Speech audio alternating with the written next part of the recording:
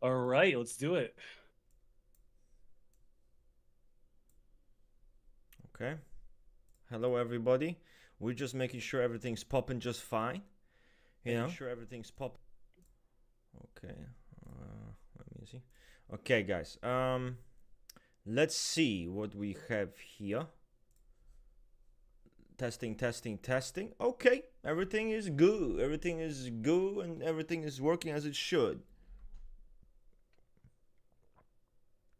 What's up, everyone? Hello, guys. Another episode of Typology Odyssey. Sorry, guys. It took us a bit, about 15 minutes. Never killed anybody, so we good. Unless you're in the emergency room. But this is not the emergency room. This is not. I mean, yeah, this isn't. And plus, you guys would you guys love us so much you'd wait anyway, right? I'm fucking guessing so. Otherwise, this mass decapitation.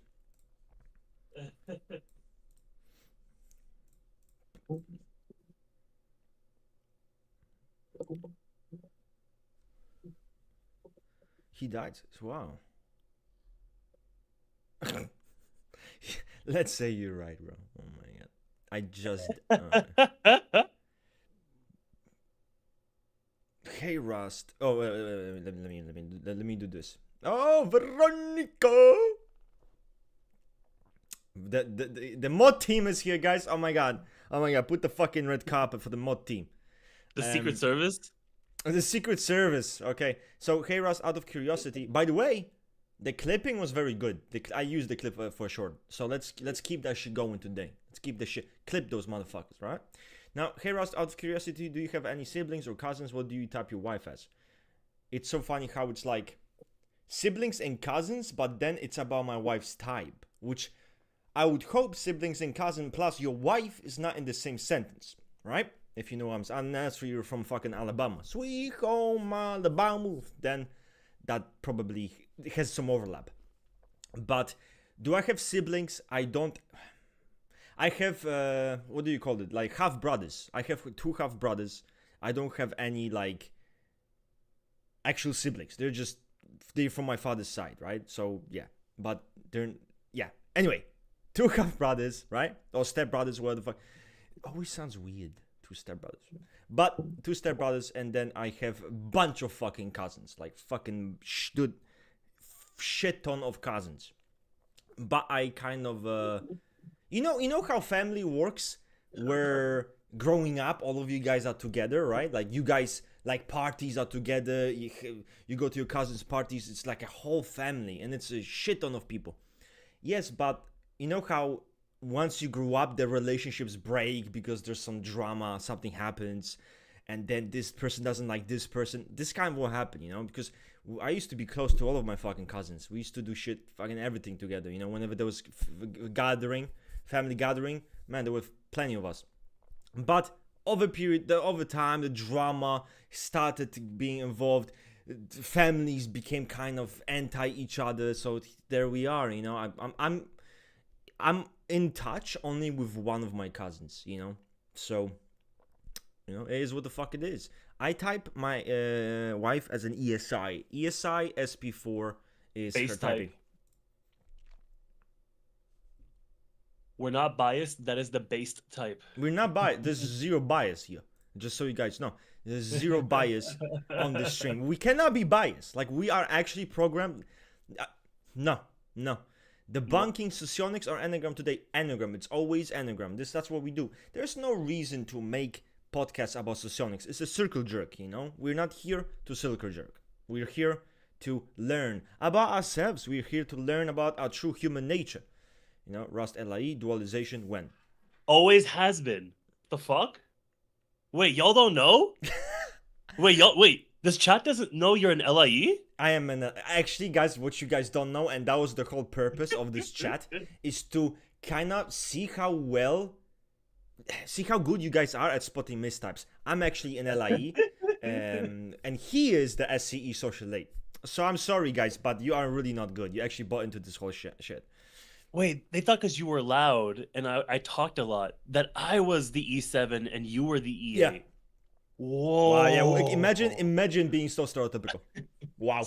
Wow. Caught him. Yo, clip this chat right now. But LIE, you know what? It's funny because I'm like, I wish I was an LIE, you know? I wish No, I you was don't. an LIE. Because LIE is No, a you fucking don't. cool type. LIE is a cool type. It's Listen, I glazed. Uh-huh. they are glazed. I will admit they are glazed. But, you know, when I look at an LIE, I feel like I relate a lot to LIEs in terms of their worldviews. I respect their values. You know, in the past, I remember thinking, like, I hate LIEs because I was thinking LIE is like the Sigma. Only thing that matters in life is fucking money. They would sell anyone for a penny. I hated that shit, right? So I'm like, fuck the LIEs. Fuck the Gamma Quadra. Fuck the LIEs. But now, knowing more about LIEs, they're very idealistic. I respect them. I do respect them. Man, I remember that. You know, like it happened so often. I would get typed LIE Yeah. back in the day too, but then people would always be shocked. Hmm. You're not investing in cryptocurrency? Yeah, You're you are you're not mistyped. a Yeah. tech Yeah. finance bro? Yeah. You don't like flex your like metal credit card? You know, I was Yeah. like, bro, You what need to be is Patrick this? Bateman. If you're not Patrick Bateman, you're not doing the LIE correctly. You know? Hey guys, first things first, I'd like to deny my alcoholism allegations. What? Whoa. That wasn't me! That wasn't me! That was him! Oh, That okay, was- okay. I was just like, wait a minute. No, that wasn't me. I didn't see the screen. Like that's how it sounds. Hey guys, I'm just here. No. This guy, man. The Nezo, man. Why is Enneagram 6 only 1L? I mean, okay, look at this way, right? If they're in 1L, what are they? You know, they're first physics. That doesn't make sense. Why would they be first emotion? You know, so like, what are the options? You know, second logic doesn't really fit. Third logic doesn't really fit for a type that's a head type to the point where it defines their whole fucking cognition. You kind of, you know, second logic is fucking terrible. Third logic doesn't really work well either. So you're stuck with first logic. You know, Enneagram 6 is that I kind of don't like what people did to Enneagram 6. They fucking just butchered it. You know, they made it. Enneagram 6 was kind of like, oh, are you scared? Oh, really? Are you paranoid? Okay. Are you reactive? Based. Okay. To give you perspective how fucked up Enneagram 6 really is, I had people, I remember, saying I'm a sexual 6 because I'm not stoic. Like, let that sink in. I'm not stoic and I'm reactive. So I'm the sexual 6, not the 8, because 8 is in control. 8 is a fucking giga chad. So that shows you how fucked up just the interpretation of Enneagram 6 is. Enneagram 6 is an intellectual an intellectualized type, okay? And it's not as simple as, oh, they just need security. Are you afraid or are you not afraid? You know, the 8 isn't afraid, and if you're afraid, then you're the 6 scores. Like, that's such a simplification and an insult to anyone who's typed as an Enneagram 6, because they're quite interesting types. So to minimize them that way is just cringe. You know, it is just cringe. Let me see. What's up, guys? What's up? Russ is no. Yeah, yeah, that makes sense. Melancholic, choleric. Do you agree with the hidden agenda to know for SE? I don't even know what the fuck hidden agenda of the SE is, to be honest with you. But I never really paid attention to those things. Like hidden agenda. There's no hidden agendas here. There's only very clear agendas. Are they talking about the mobilizing? I think that's like some pen. Oh, like hidden DCI. desire to be fucking like circle jerked. No, it might be pansocionics. I heard this one before. Yeah, but isn't it like also like Gulenko or some shit? Yeah, I think that's Gulenko. it might be from G. Yeah, it's Gulenko. It might be from G. Yeah. Yeah. We're like the socionics prudes, you know. We just do classic here. Listen, we do. I'm sorry, we cannot associate ourselves with you. Sorry, no, I'm kidding. But June is asking, I'm curious about dumb, non-mastermind, turbo nerd head types. You gave an example for last stream using autistic people for 5s. I'm curious about dumb, non-turbo. Listen, the thing is, right? If we were gonna define things by what type can be smart and what cannot be smart, based if they're a gut type, or then we're gonna be mass retyping everyone, and I'm certainly not gonna be an 8 core anymore because I used my brain that time, right? That yesterday morning I used my brain, so that doesn't work. Now, it's not that simple, you know. To me, intellect is completely not related to a type. You can have an SE who is a genius, an SE who's gifted, and or like an Enneagram 8, like a SPA who has high IQ, and then you can have an Enneagram 7 who's just an average Joe Schmo, right? So this is completely possible. So, but there's I don't think there's much to say, you know. Not Enneagram 7s are not inherently more intelligent, okay? They're just more verbal, yeah, and they might have better verbal intelligence, but that doesn't make them more intelligent, you know. That's kind of what you're looking for. Like an 8 core on average might not seem more intelligent than an Enneagram 5 because of the different fields that they're interested in, you know.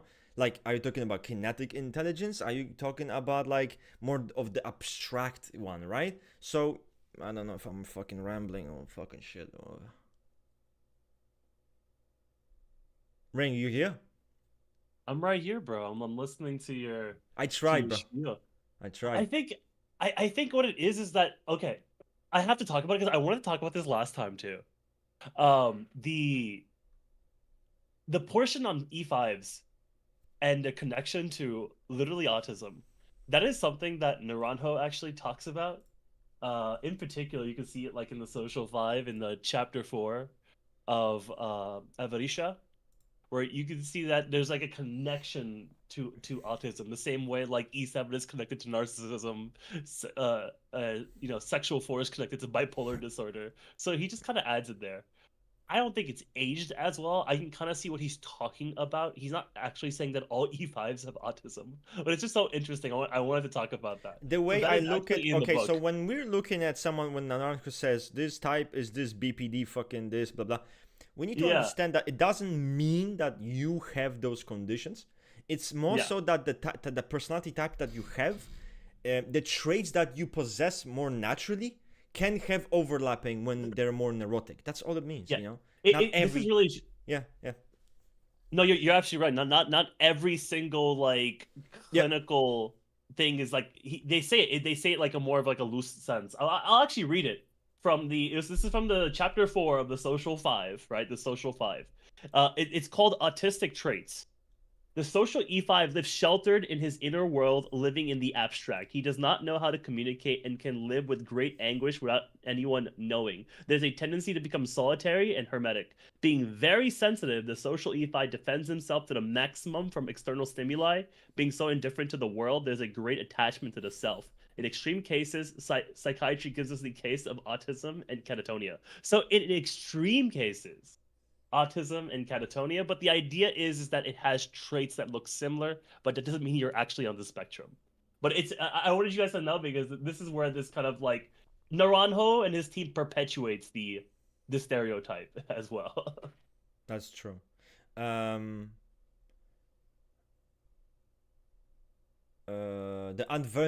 is the Enneagram 6 called the Adventurer? That's because, listen, they go on adventures.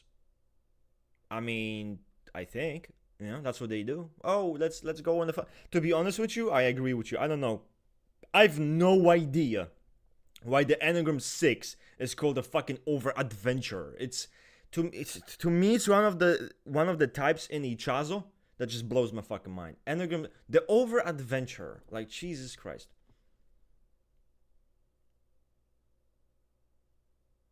The reason why the 0.6 is called the adventurer, it's because they have this kind of behavior pattern of feeling, urging, needing, wanting to do something. Let's not forget that the 0.5, the 0.6, and the 0.7 are part of the doing group. They all feel in some way compulsive towards their actions and what they can perform in the world. The P6 is probably the most active out of that triad, right? And you'll see that they're called adventurers because they just kind of put themselves out there out of a spur and just wanting to do something. They just throw themselves out there. They go on an adventure, literally.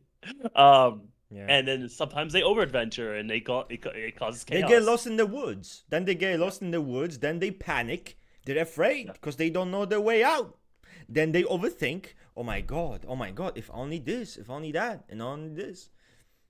It's kind of satire, but in a sense, that's how this shit works. That's the funny part. Okay, let me see. Let's go forward. Let's go forward. Let's go forward. What types can be choleric, melancholic other than Enneagram 1?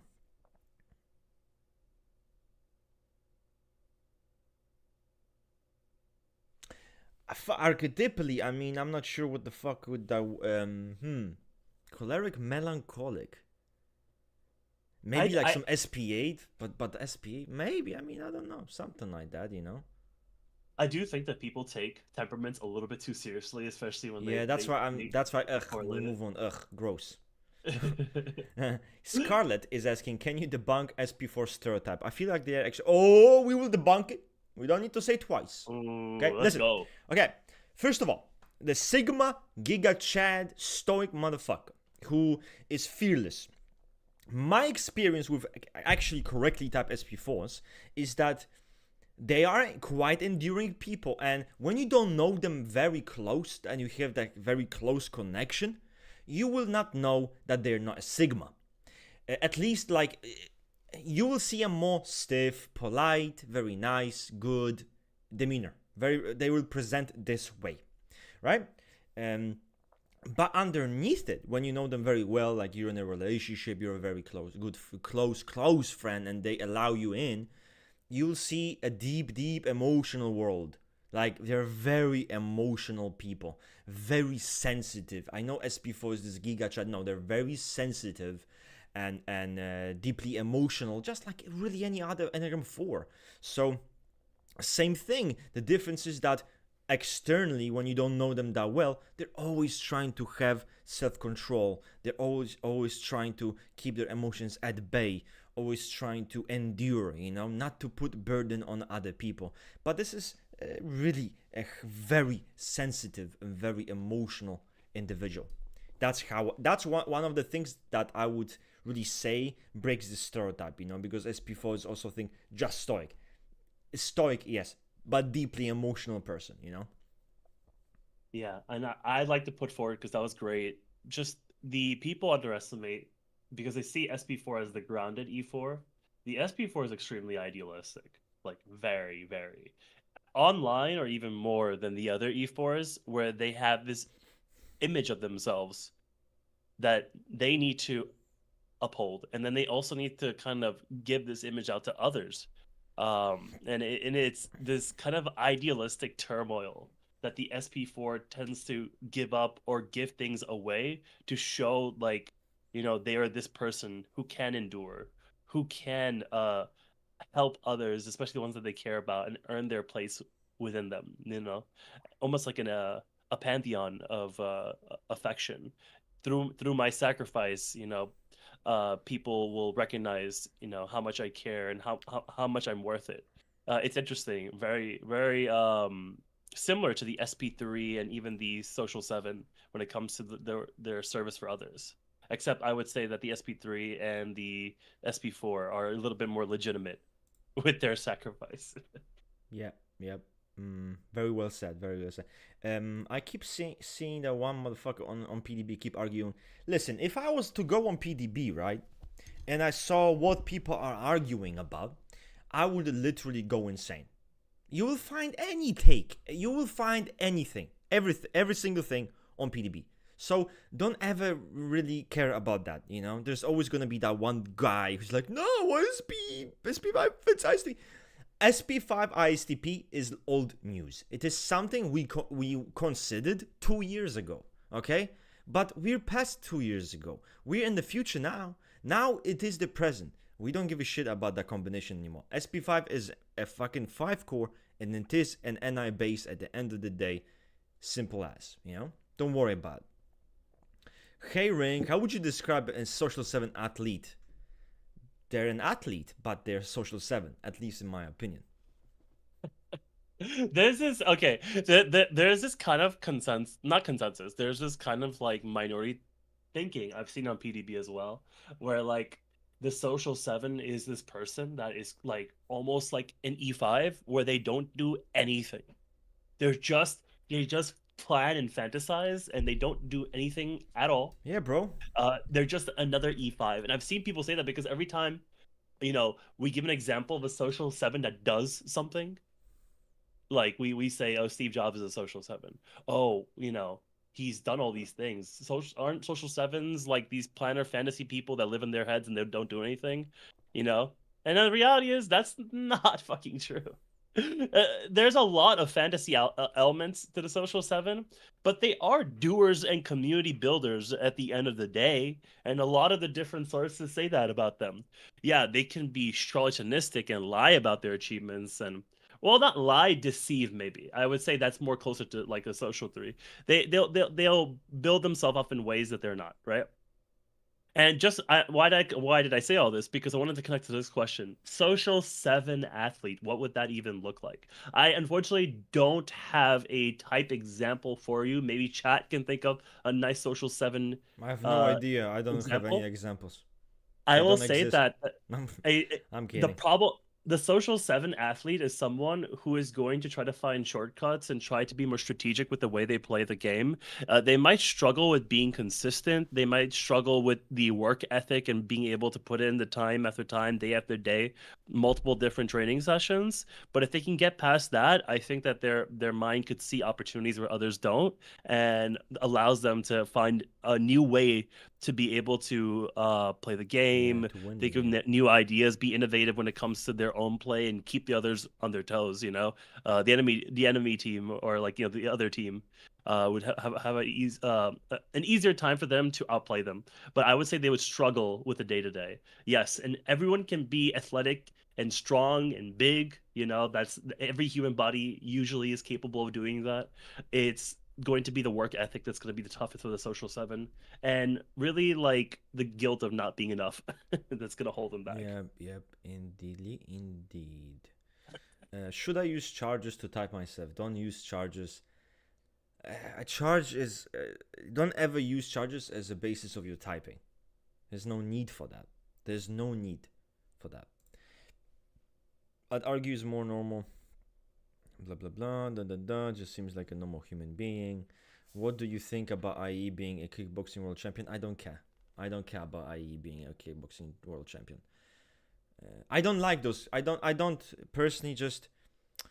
I'm not sure if I like people asking, "Oh, I'm a fucking kickboxer. Can I be an IE?" It's like, you can be anything you. If you are an IE, then you are an IE who's into boxing. It's like, I'm not here to tell people if they're into this, they cannot be that. Because it's another Especially in like form of sociology. correlation. And Yeah. I don't want to waste time on that, dude. I don't really want to waste time on that. And so socionics is not prescriptive. You can have an EII wrestler and an SLE nurse, and I think SLEs make great nurses actually. But here's my thing: you could be anything. Yeah, And exactly. socionics is not And telling you can't do something. yeah, and to me, listen, to me, what are you?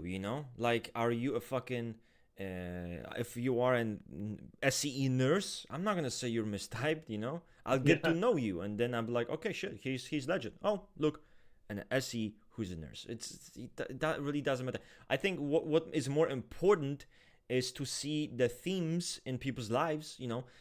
Different careers can be very similar, even though they're very different at the same time. So that's kind of what happens.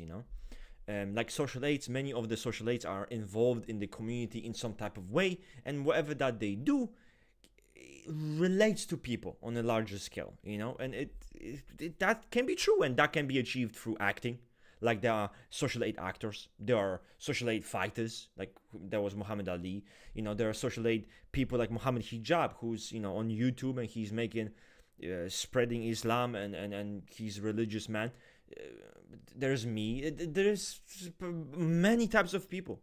Some who are in the military, but at the end of the day, that they're doing something related to people on a larger scale in some type of way. So there are themes, right? Yeah. Now, the Nezos. Enneagram. Yeah. Go ahead. No, please, what you're saying? No, because I was moving on. Oh, okay. I was gonna say, I think the closest we get to a prescriptive semi-prescriptive system is with Enneagram. But any other system you're using, it's not prescriptive.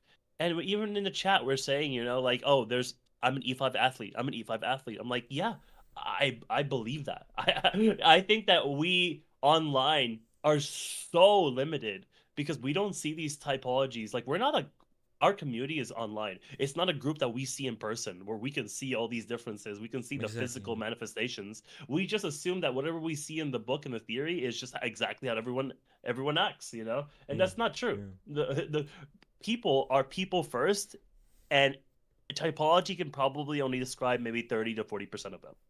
Hmm. If, Yeah. you know? So for sure, I just wanted to add that. Now, if I recall correctly, social four aspects was their social elitism. If I'm not mistaken about how does it work. I mean, in my eyes, it's probably just being a snob. No, this person is, they're not very intelligent and they're not so artistic and they're just ordinary and they're just a peasant. No, I don't like it. That's how I would view it. I'm sorry for the voice, by the way. Social Force reading this. It's just a joke. I like to joke, you know? I'm a 7 core. Because anyone who makes jokes is a 7 core, obviously. You clip him. He hates E4s. Whoa! I Clip like him. E4s, actually. That's the thing. I like them, but someone has to mock them. And the only person who can mock them is me. So, fuck it. What a good example of counter interjection right there. I can't even live in peace. I can't live in peace. No, but that's my. Do you want to like say anything about that, Rain? About what I just said about the whole elitism of the social four? I think one of the elitism of the social four is weird, not because we don't understand elitism, is just we have to understand the social four has a weird dichotomy, and this is not a real dichotomy for all these like typology lovers out here. This is just a dichotomy of social fours feeling they have things, or there are aspects of them that others are lesser, or they feel greater, sure, but there's also this consistent feeling of lack, that they're not enough, that they're broken, and all these Yeah, things are wrong for them, yeah. and they kind of thrive off of that. So this weird elitism, it's not like a social one elitism where it's just like, yes, I am better. It's like an E4 one is like, I am better, but I'm so fucked up, but Yeah, you're stupid, but I'm fucked up. It's just yeah, it's yeah. very it's a two-way It's a street. two-way And street. It's like that's a what makes it duality. confusing. Yeah, Yeah. yeah. Let me see. Let me see. Funny though, it's quite common outside. Yes, I was gonna mention him. So many characters are used as archetypal. So many characters are used as archetypal examples that create a stereotype. That's just the nature of the of. That's very true. And to me personally, it wouldn't be a problem if we actually pick the right character. Because many things happen like, oh, why do you think the social 8 shonen protagonist, goody two shoes guy, who's just smiling to everyone, came to be, right? The mama bear shit, because of anime. I mean, unironically, I blame anime. Anime ruined the Fucking fucking type. anime. Literally. Oh man. Okay. And if you use correct types, which in my opinion are really do portray the neurosis very well and very realistic, I don't mind using it as an archetype, you know. But you, at the end of the day, also have to understand that you don't have to be just like Jace. Jace is not a human, okay? You might relate to Jace, but you relate to how Jace operates. What does he care about and stuff like that. But Jace is fucking Jace. He's a fictional character. So it's good to use archetypal examples to understand the neurosis maybe better, but don't take them. Be careful with them. I think that's the advice I could give. Yeah, and it's if you really look into every quote unquote great example of an enneatype for a particular like a character that displays that enneatype, and they're a fictional character, there are so many contradictions. So many contradictions.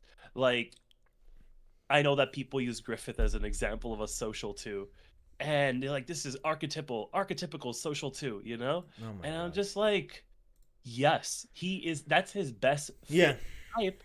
But there, if you go to the surface, go past the surface, there's so much that it just doesn't fit with a social too. Honestly, Griffith comes off like a schizoid. at times. And when I say schizoid, it's Yeah. like someone who's just so detached from their emotions and just. We're Yeah, talking about exactly. social Is he a too, whose realistic primary weapon social is. too? No, he's an idealistic circle jerk. He is what anime lovers and anime dweebs masturbate to. That's what he is. Yeah. But he's not an actual realistic social two. Social two. If you met an actual social two, your brain would break, like with how fucked up and signified this type is. Like, they're not this hyper, I think I'm better than everyone, truly, like, look at me, sigma. Like, I know a social too, and yes, that's their neurotic need, that's how they come across to, but they also struggle with shit like anyone else. They're very sensitive people. At the end of the day, they're fucking image core, and they're focused on identity. So, dude, a real social two is not this sigma fucking cold, when we say they're cold, it's relative. They can be more subdued in their emotional expression, but they're not fucking cold. They're dramatic. They're sensitive. They're fucking sensitive. I mean, fuck. Well, let's not get this. Oh, social do is the most 1v. Yes, it's very 1v, but if you think, right, that a social two is gonna be more confident, like because I see some people acting like there's an 8 chord, there's a fucking social 2. The social 2 is gonna be the one who's gonna fucking be invulnerable. It's like, what the fuck? They don't have denial as their fucking defense mechanism, at least in Naranjo. So what the fuck are you talking about? Like, again, sensitive. They're sensitive and they're emotional. Simple as. And I had to bring up social 2 because there's so many archetypical social 2 character examples that are really kind of bad. But they fit it. They're definitely a social 2. They're not Yeah. another type. They're kind of bad. Look, Makima, I mean, fucking Luke, all these anime characters. Griffith, of course, we just talked about. Like, these characters. the social Even two Moderna. suffers very horrible fate, mainly because there's no good representations of the type in fiction. It's all just exaggerated, stereotypes. So they suffer the most because how does a good social two look like in fiction? No one knows. No one knows. One that's actually human. No one knows. No one fucking knows. Even those examples like Kerrigan and Daenerys. Okay, Daenerys is very human. We see that. And she's vulnerable, and she often, we see those moments, which makes her human, which is good, which is what we need. Yeah. Another example that's really popular right now is like Mel from Arcane. Right, and yeah, I'll be yeah. real, Yeah. I like it because she's not like this. I like it too, because she's not like, you look at her, oh my god, she's so social, so cool. She's just a woman who's very good with people. She's a strategic individual, right? But we see her have moments of weakness. She struggles with things as anyone else. You don't look at Mel and be like, wow, the toughest motherfucker in Arcane. Like, you don't do that. The most sigma. No, like, Mel would be butchered by most of the characters. She would be mauled. Okay? But that doesn't take away from the fact that she's a fucking bad bitch. That doesn't take from the fact that she's actually a very strong person. But I like her because she's very grounded. Example.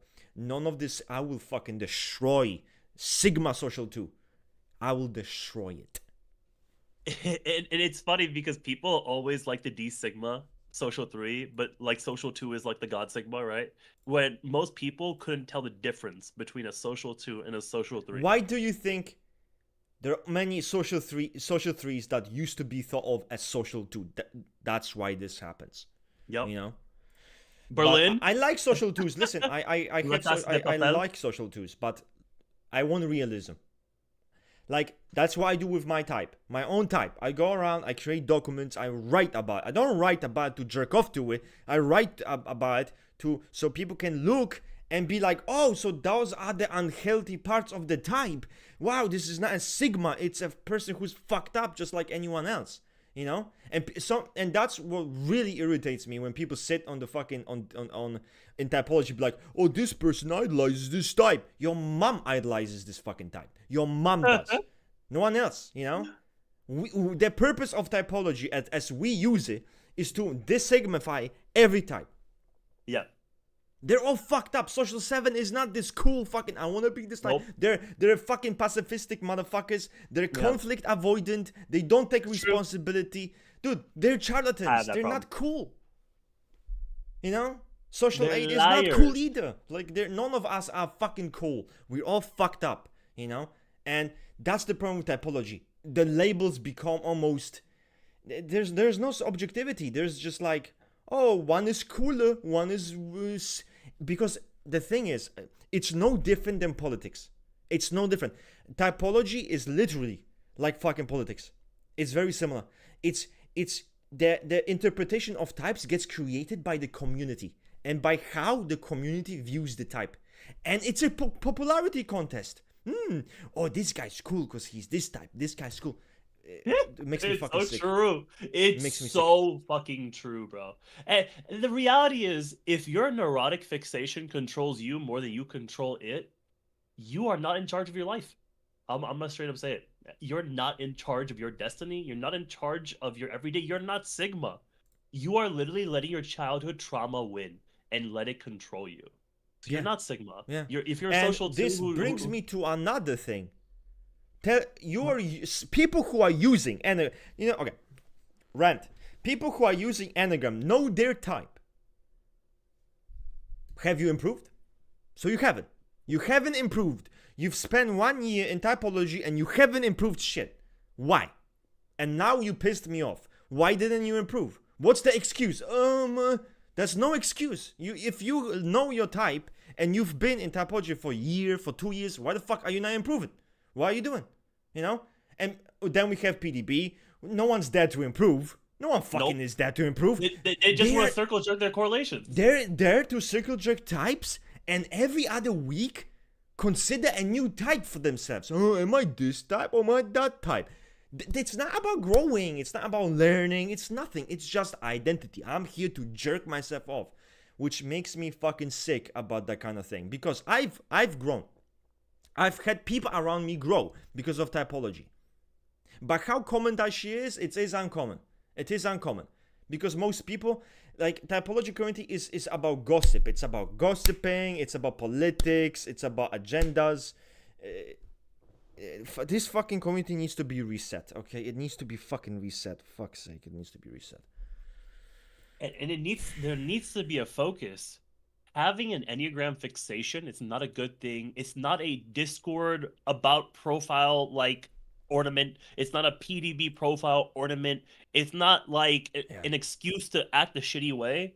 Enneagram is meant to be used to help you. To help build your relationships so people around you have a better time with you, that you can be a better part of society. It is supposed to be used with many other forms of therapy, including actual therapy. And it's just to be another way for you to reach the best version of yourself. And if it's not enough for you, go to your subtype book, go to the book right now and look at the part where Narana talks about the social evils of not healing. I'm not looking at your trauma and look what you could be doing. For example, for a social one, you could be so invested in being a simple perfection that you will actually kill the curiosity, creativity, and motivation of those around you. That you will be a negative, cancerous disease in the eyes of society.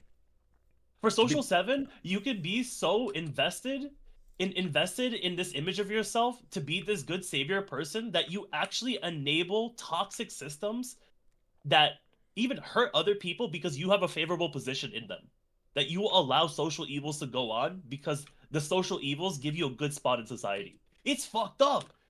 And that could easily happen because you're letting your neurotic fixation win. Yeah, it's to me,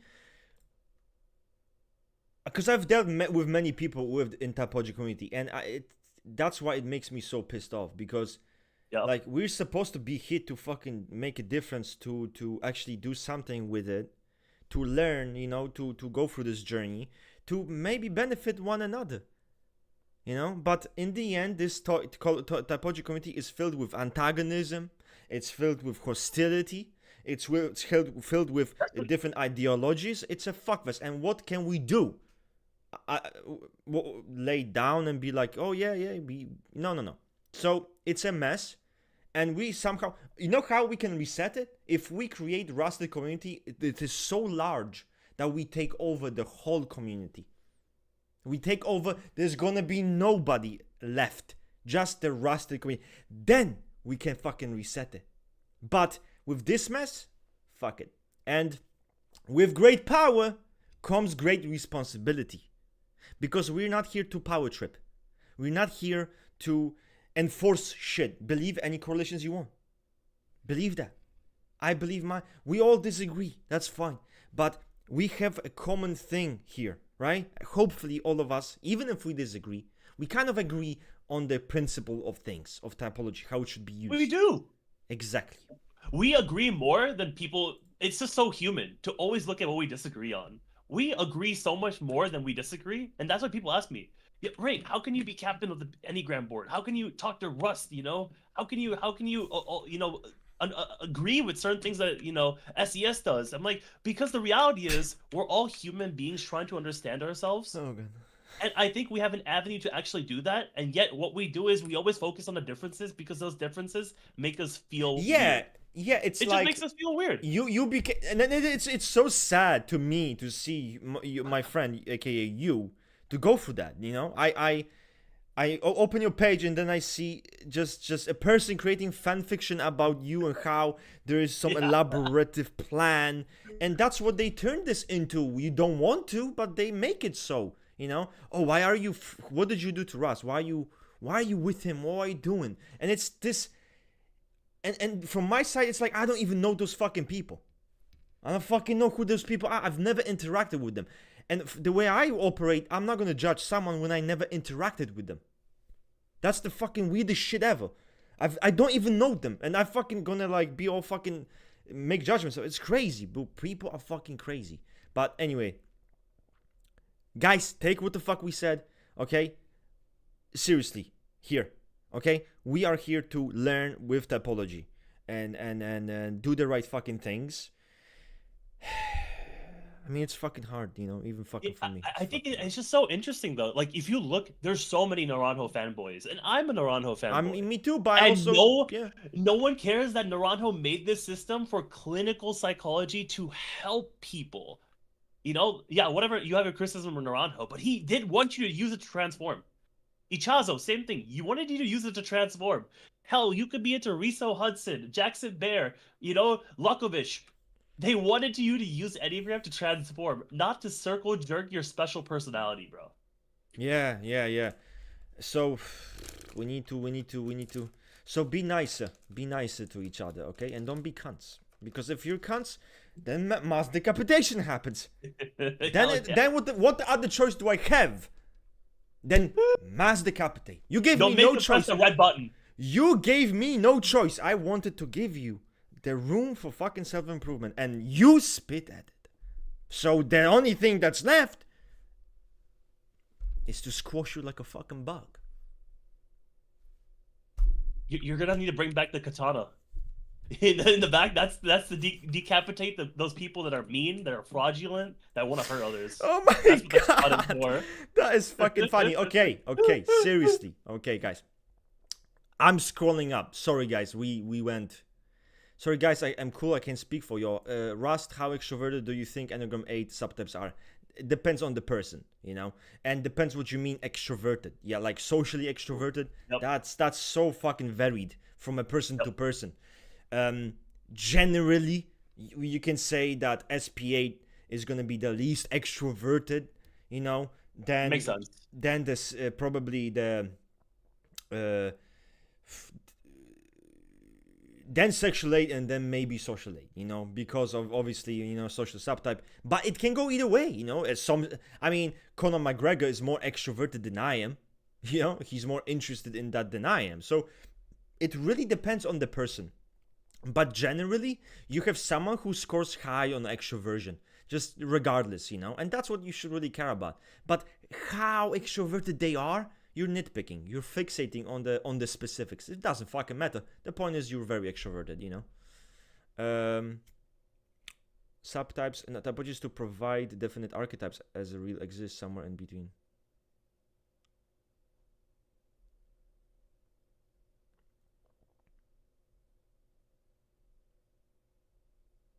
Those people are so funny.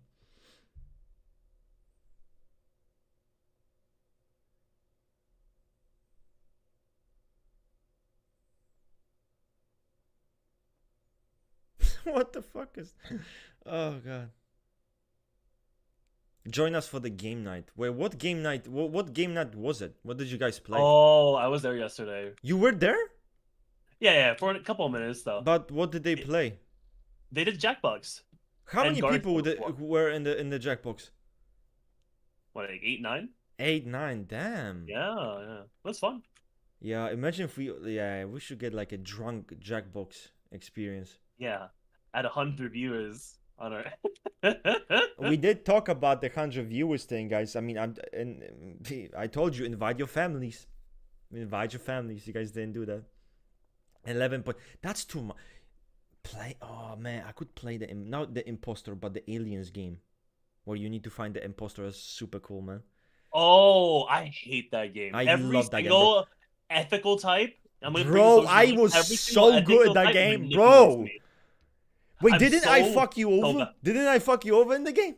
Remember that one time? You used Enneagram, and people actually believed you because they see you as an authority. Yo, no, I was the alien. Okay, this story time. Okay. We were playing, right? It was me. It was I think Javier.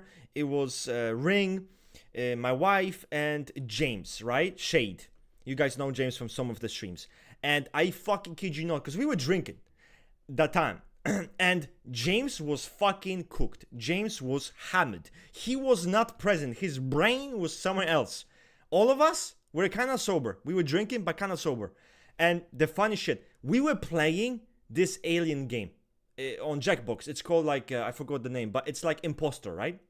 I was the alien and James was the alien. Now, the problem with James was that he was so fucking fucked up that there was no way of even winning. He wasn't computing, okay? When people talk to him, he wasn't. And at some point, I'm like, oh shit, okay, so it's basically just me. It's me against multiple people. So I'm starting to play the ethical game. I'm like, yo, I got Ring. So I'm like, we know Ring is an Enneagram 7. We know he's a social 7. So I'm like, yo, guys don't believe him, that he's kind of sus here. Like, there's something about him. He's a fucking charlatan. And then people were like, oh shit. And there was, I'm not joking. There was a period where everyone was talking, and James said something along the lines. He says, fuck. He's like, oh, fuck. And then he says, I'm the fucking alien. Fuck you. I'm like, oh my god. He said that, did say that, but everyone was talking. So I changed it, like, oh guys, I changed the topic quickly, right? In the end, guess what? We win. I won, obviously, decapitated James. I won. James got decapitated, but I won. Dude, that wasn't even the team effort. He was drunk. I was carrying him on my back, But it was, dude, guys, oh my god, it was so fucking funny. And we were just talking about how to use Enneagram the right way and the social evils, and this is the transition story we get. We're like, so we used Enneagram to win a game of Jackbox. Can I share the invite to our server? Of course you can. 100%. Oh, push the button. Yes, push the button. I think I won last 3 games I played with I hate that game. Dude, I was so... bro, my own wife she was like, he's very bad at lying. There's no way he can pull this off, right? And then I'm like, what's up, baby? Boom. She did. Just like that, It was, dude, it was fucking hilarious. I loved such games. You can look at the highlights. I didn't even know. You can look at the highlights? That's crazy. That's crazy. I'm discovering everything, new things every day.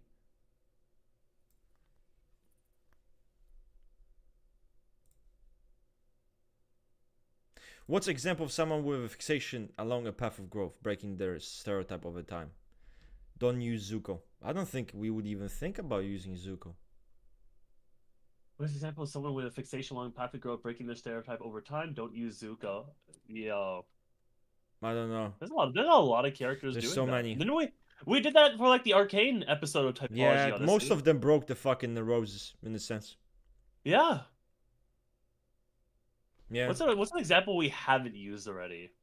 What's a Uh, character? fuck. Maybe chat can give us some examples of characters that they've seen that kind of moved away from their neurosis, became healthier as the show went on or the movie went on. Jackbox is a free party game. Well, it's not free, but if one of the people has the game, he can stream it for other people and they can play. It's super fun.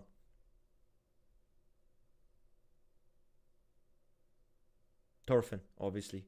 I don't know. Oh, that's a good one. Oh, Thorfinn. Oh my god. From Vinland Saga. That's a very good one. never That's watched a it. very, very it's about this kid who is clearly a sexual 4 and becomes like so healthy, people now try to type him SP4. So Zuko moment. Right there in a nutshell. Every time a sexual 4 becomes healthy, it becomes an SP4. It's hilarious. Yes, yeah, that's so crazy. I'm looking at chat. You guys are so right. That's a good example of Vinland Good Saga. job, guys.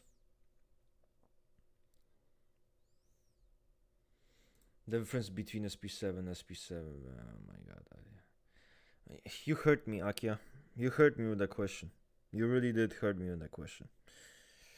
I'm wounded right now with the question. Akia, I feel like you know the difference. I do genuinely feel like you know the difference. You know what I'm saying? I feel you know the difference.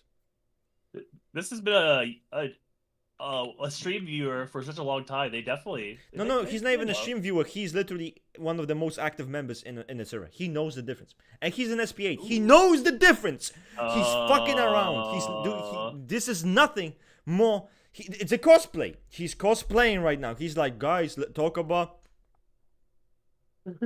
Look. There's nothing you can learn. It's already there. It's already there. It says fucking it's obvious. It's there. There's no new information. Oh, speaking of SPA, our friend Reza, then he just released another SPA document. Reza did. I haven't been able to look at it yet, but I know you shared it today. Oh wow. Why are you asking me about SP8, SP7? Fucking read that document. Read it. It's a great document. He put in the time. And he talks about the childhood, the formation. But no, people don't want to fucking read it. Because it's boring. Fuck, it's boring. I did take a look at You took a look at it. Okay. Took a look at it. Okay? Took a look at it. No, you were supposed to read it. The Seeker. The Enneagram 9 is the seeker. They're seeking equilibrium. They're seeking the unknown. Bam. I feel like we're gonna need to start like a typology, like publishing company with the amount of documents we're releasing. Yep. Seriously. I think I told you this before. I actually had the idea. For those who don't know, I do an Enneagram confession series where people anonymously submit stories dealing with their neurosis and how they came to terms with it. And so far, we've done Social 4, SP1, and Sexual 4. I was telling Russ here, once I get all 27 subtypes, I'm going to actually release it as a book. Yeah. It's going to be a book of people who are great examples of their types, who came through their neurosis or close to it, and what those authentic stories look like. So people can see that transformation is not only possible, it is a messy road that anyone can take, but it's worth it in the end. It's worth it, guys. It's worth absolutely. it. Ichazo. Why is P9 called the Seeker? What's the Oh yeah. So the P9 is similar to the E9 where there's a lot of self-erasure because of the relationship with the mother. This is a P9 Ichazo, right? There's this feeling of being erased, not enough. It's a lot of feelings of being like, not there, right? Because of the relationship with the mother. So the E9, the P9 seeks information systems, ideas, information, sometimes even people, to feel like they can get behind, and they sometimes become arbiter of systems that actually sells them like information. They might even become like authoritative in that, but a lot of times they're just skeptical and they push against it. They don't believe in it. This is dumb. They ask questions. They go between being like true believers to true skeptics very quickly, and that is why they're called a seeker. They seek to believe in something, and they can be very dichotomous about it. Wait, hold up. Did someone just call you crust in the chat? Crust and Rick. Oh fuck. I never thought about that. Oh Crust. fuck. Holy. That's fucked up. Wait, I'll get to your question. Just give me a second. Really, man, he deleted his question. Virya was asking the difference between VFEL and VFLE. Are you coped emotionally? That's literally it. Are you coped emotionally? Are you aggressive? Do you make sure? Are you putting a lot of time and thinking about protecting yourself from vulnerability and emotions? Does that bother you when you get close to people and whatever happens, right? Intimacy, closeness. Does that cause you issues? Do you have problems with emotions? Or you just chilling? You express yourself, you don't give a fuck. But you are sweaty about logic. You want to prove yourself. You are sensitive in the logical realm. You are skeptical but also doubtful of your own logical capabilities. You are a pseudo-intellectual wannabe who thinks he's smart. You need to basically make a distinction. Easy peasy, lemonade squeezy. Okay, why is it ESC have it with seemingly uncontrolled regarding the ESC, right? Okay. Let's put it this way. Who says it is uncontrolled? Is it because it looks loud? Is it because it looks random? Why is it uncontrolled? Because when I remember, it's not related to socionics, but I remember reading the Sexual 2 book, and it says that, which in my opinion is the most FE lead, most FE lead quote I've ever seen, that their histrionic displays are nothing more than something that was done for the purpose of creating a reaction. It's not even genuine. Like, it's not deep. It's superficial. It's done with a purpose. Yes, even when they have this histrionic meltdown, it is done with a purpose. I'm not saying they're masterminds, right? But this is someone who imposes his emotions. And yes, they can be hysterical. They can be histrionic. We know this, right? Without a doubt, very emotionally intense. But their emotionality, they impose their emotions. And yes, oftentimes their fucking histrionicism is done on purpose. It's a fucking, which is why it's so annoying. That's what makes it so annoying, because it's fucking. God, they're so fucking annoying. It's true. This is a big difference between strong vital FE and strong mental FE. If you're dealing with someone who's strong vital FE, they're often not having this strategy behind their emotions. It's often going by what they authentically feel with their introverted ethics, their FI. Yeah, it's the FI that you're supposed to see. When you watch me, observe me, what do you really see that is mental? Do you see mental FE or do you see mental FI? What do I talk about the most? Likes, dislikes, what I feel about something, what I think about it. I hate this shit, this is bad, this is good. You don't see any FE in the sense where I'm talking about. No, nothing. It's all FI. What happens is the FE is in the background. You know, the emotionality is really literally in the background carrying the FI. That's what the fuck happens, you know? And that's kind of it. With the FE base, it's really not like this. With the FE base, it's not like this. They're not gonna be talking about FI shit. That's you know, they will talk about FE related stuff. Okay. Oh my god. Fucking socionics. The ESC slander. I don't slander ESCs because many of them are very nice, you know, many of them are very nice people, but I recognize how I just don't like overly emotional people sometimes. I just don't like them. I don't have patience for this dramatic histrionic bullshit, especially histrionic, because if someone's like deeply emotional, melancholic, okay, you know, sure, but histrionic, just stop annoying me, you know. That's why I think. Can you expand on the mother thing for the Enneagram 9? Fucking mother thing. It's not Enneagram 9. It's point 9 in Ichazo. This is original classic Enneagram. I'm not 100% sure what was the origin story with the E9s. I have to refresh in the modern. But the point 9, the seeker, the Ichazo, this is someone who felt maybe alienated, isolated, made feel like they weren't relevant, they weren't important, you know. And because of that, from their maternal side, their mother. Here, I'll actually read you the relevant part from the description from Fixations. The initial trauma is connected to the mother figure, right?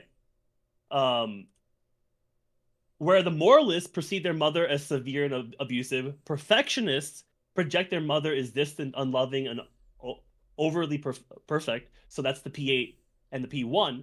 The P9, the seeker, imagines their mother as detached and disinterested. That's the big difference between the living group.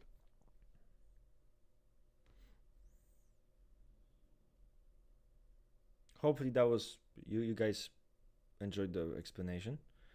Rust, can section 3 Sorry, be... that's the being group, not the living group. The being group. A being group. I always get those confused. Being, living, and doing. In my mind, that's like a... Happens, don't worry, man. Don't worry, man. Can yes, section 3 be popularity, status, and achievement focused like the social 3? Yes. They're Enneagram 3. So yes, they will be focused on all of those things, for sure. The way I tell the difference, one of them is an ethical type, and the other isn't. Literally, simple fucking ass. Wow, look at this. Raster typology, most based explanation. One is ethical, the other one isn't. Simple as. Simple as. You can, of course, get into like deep shit. One is ethical, one isn't. Simple as. I will add just a little bit to it. At the end of the day, a social 3 needs to have a certain status, a certain level of prestige, a certain level of success that is mutually observable, that is observable to the greater community. Where the sexual 3's fixation actually is more gender related. They neurotically need to express a certain type of whatever gender, a gender, and then the other gender that they're trying to attract. They need to have a successful like loop of I am, for example, the example they generally use is very heterosexual. It's being a female woman and then a masculine man.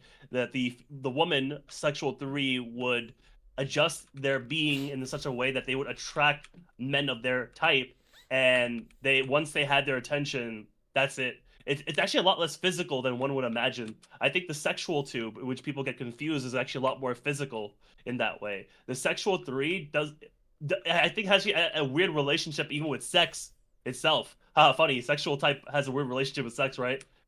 But that's the point. It wants to seduce people, and then once they have them, they look for others because they want to consistently feel their gender to be made a successful iteration. It's also adopting a standard, but it's particularly with attraction and gender.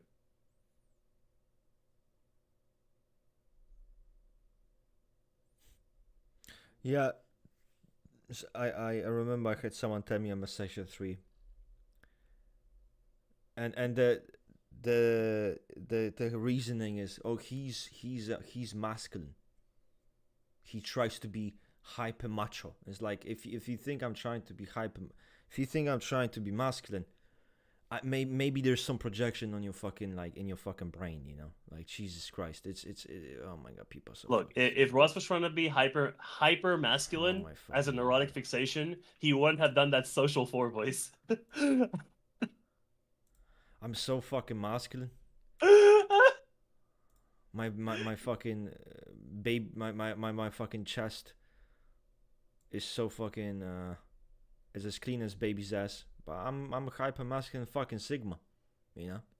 That all I care about is being masculine. That everything I do is just being a fucking alpha male fucking sigma. Yes, I'm tough. I'm strong. Bro, Oh you're my so god, based on I'm that. so fucking strong. That's You're how real people. for that, That's how people actually perceive me. That's the finest thing. Like they actually think of me this way. Like bro's mentally ill. Bro's mentally ill. Do you think Enneagram 8 can be reserved or socially introverted, but score high on extroversion in a Big 5? Yes.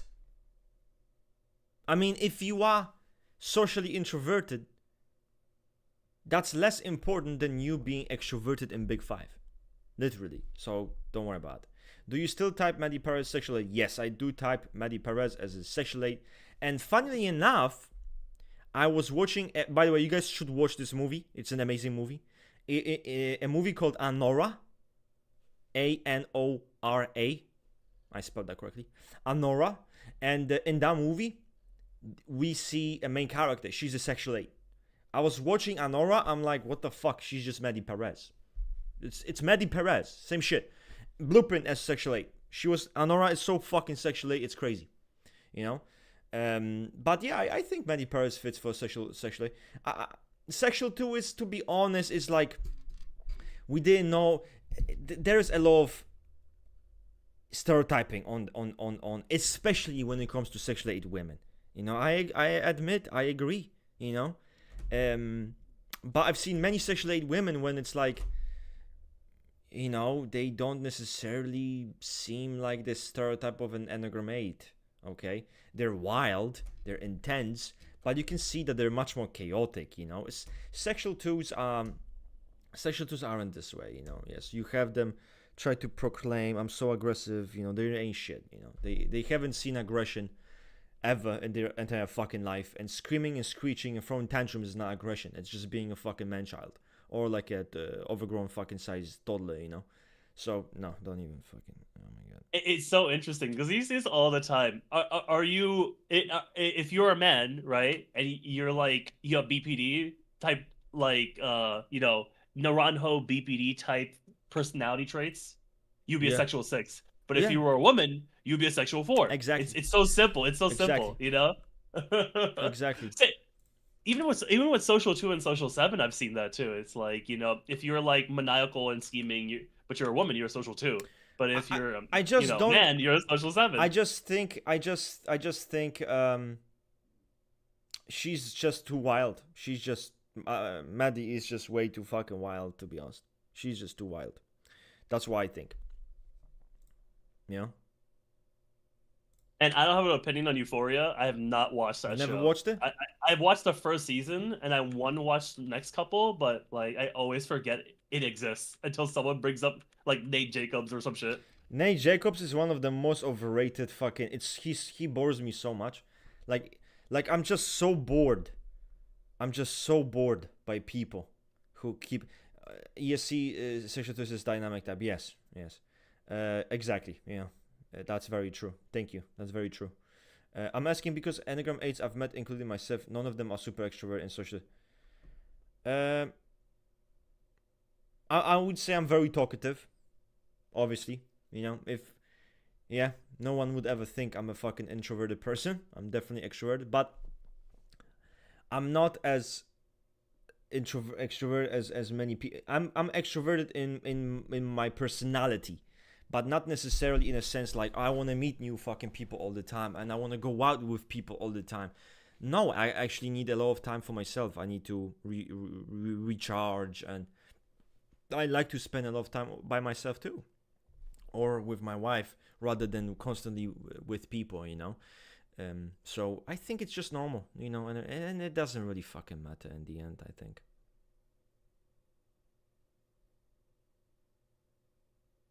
So you're not gregarious, you're more cognitively extroverted. Yeah, I think that's basically what they're saying. They're not gregarious, they're cognitively extroverted, which is fine. you know, which is fine. I just don't think you should worry about stuff like extroversion, introversion. If you're an Enneagram 8, you're an Enneagram 8, and that's it. Do you guys think depression would look particularly different in some types? Some types are seen as bubbly or intense. Yes, I think so. I think depression would certainly, Enneagram 8 would look very different from fucking Enneagram 2 depression. So, or Enneagram 4 depression, which is, by the way, just their default state, obviously. But no, but yeah, I just think it depends on the person, you know. With the Enneagram 8, are you gonna have someone who's just gonna be like, oh, I'm so helpless and nothing makes fucking sense, and I feel no motivation or energy for anything? I think you're gonna see someone who's gonna be self-destructive. I think you're gonna see someone who's disregards himself as well as others, and kind of in that kind of direction, you know. So I do think it's gonna be manifested differently, at least in my personal opinion. Mm-hmm. Just don't say certain types can't be depressed and certain types are always depressed. Because that's fucking stupid. Not you. I'm talking to the chat, of course. No. It's okay. Tell that to me. What? No, I don't think that's something you would even think. That's like ridiculous. But some people do say it. Bro, oh, okay. No. Never mind. Okay. Let me see.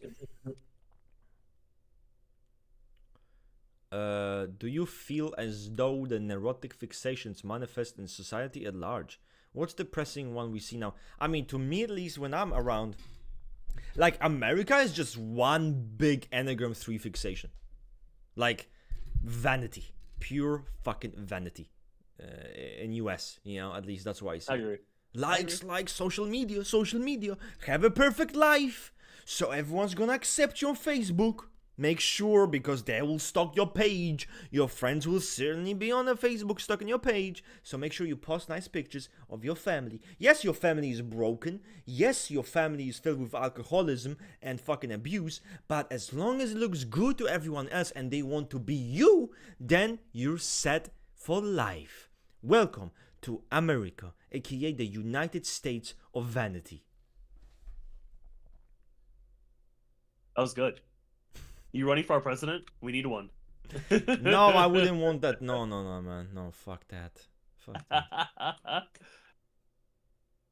I think people ask me too, like, yeah, or ask us. Do they ask you, like, as in you should run for the president? Yeah, like, you know, like in general, or people with this like type. I don't want to make it about me because I've seen it. Like, if you're like a social 2, social 3, social 7, you should run for the president. Like, it's like, no, you shouldn't. You shouldn't. Yeah. You shouldn't. In particular, especially if you're an E7, you don't want to do that shit. That's you don't want to do that shit. That would make you on the roses worse, I think. You gotta do all that fucking shit. You got all these unhappy people blaming it on you. Yeah, you know? It's so bad, bro. I wouldn't want that. I wouldn't want that kind of thing on my shoulders. I'm not interested in that. And the thing is, you are responsible for the whole nation. Man. It's not like your community or group, it's a whole nation, which, by the way, is also divided, which no thank never you. Agrees. No thank and you. Gets upset when you're too much on one side. Exactly. There's no winning.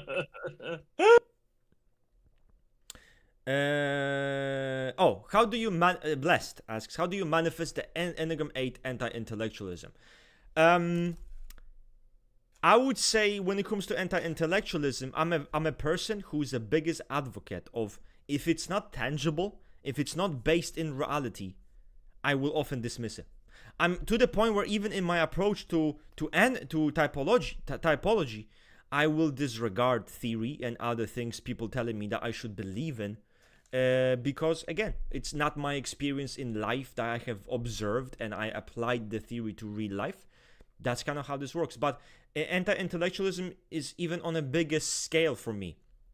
I'm the type of a guy that I believe in typology, right? Okay, cool. I talk with my TI-based friends who try to kind of tell me what works, what doesn't, and I'm immediately saying fuck all of this shit. I don't give a fuck. This is all bullshit. So this is kind of the thing that happens, you know, but I've always been, especially growing up with a father like mine who puts a lot of emphasis on education, on, those kind of things, you know, he always had those plans. He made me really rebel against that and made me think, you know, school education is nothing more than a jerk off. It's bullshit, you know. So any those kind of intellectual organizations, they're it's bullshit to me. I completely rejected it. Even though I was smart, you know, I'm obviously intelligent person, but I was, you know, getting bad grades and I was fucking up because of that, because of the rebelliousness, you know. But oftentimes even my tendency to view things as intellectual authority and wanting to go against it. Basically, what happened with CSS group, you guys know the classic socionics fucking school bullshit. They obviously, you know, the point is I view them as, oh hey, we're the authority, we're the intellectual authority. So to me, it's saying there's no intellectual authority whatsoever. We have to decapitate that. Now, guys, some people actually thought I meant like genuine death threat, which is like, if I wanted to make a genuine death threat, I'm assuring you that would not be the way I would go about wording it. I would probably be very specific what I would say with a genuine threat. Decapitation is a fucking abstract concept, okay? Jesus Christ, it's so ridiculous. It's so over the top. You know, what's next? The guillotine? You know, come on, bro. So, but that's how I would say it manifests. You know, fixation on what is tangible, what works, what's applicable, and any attempt at just if I see anything that's an intellectual authority, even if I'm with it, I will end up rebelling. That's what I did. I do that shit, you know, with my own friends, you know. I'm like, yeah, we believe in this shit. Then I kind of feel like maybe they are starting to kind of start spreading it, and maybe I feel like they're trying to impose it on me. I start saying fuck all of this shit, you know, fuck all this bullshit. That's what happens. But that's kind of how it manifests. I just wanna point out that what Russ asked, what do you say decapitate people? You mean for real? He didn't say, no, violence is wrong. No, murder is not okay. No, I would never say that anyone should kill any person on my behalf. He said, if I was gonna do it, you would know. I see what you did there. I see what you did there. If I wanted it to happen, I'd do it right.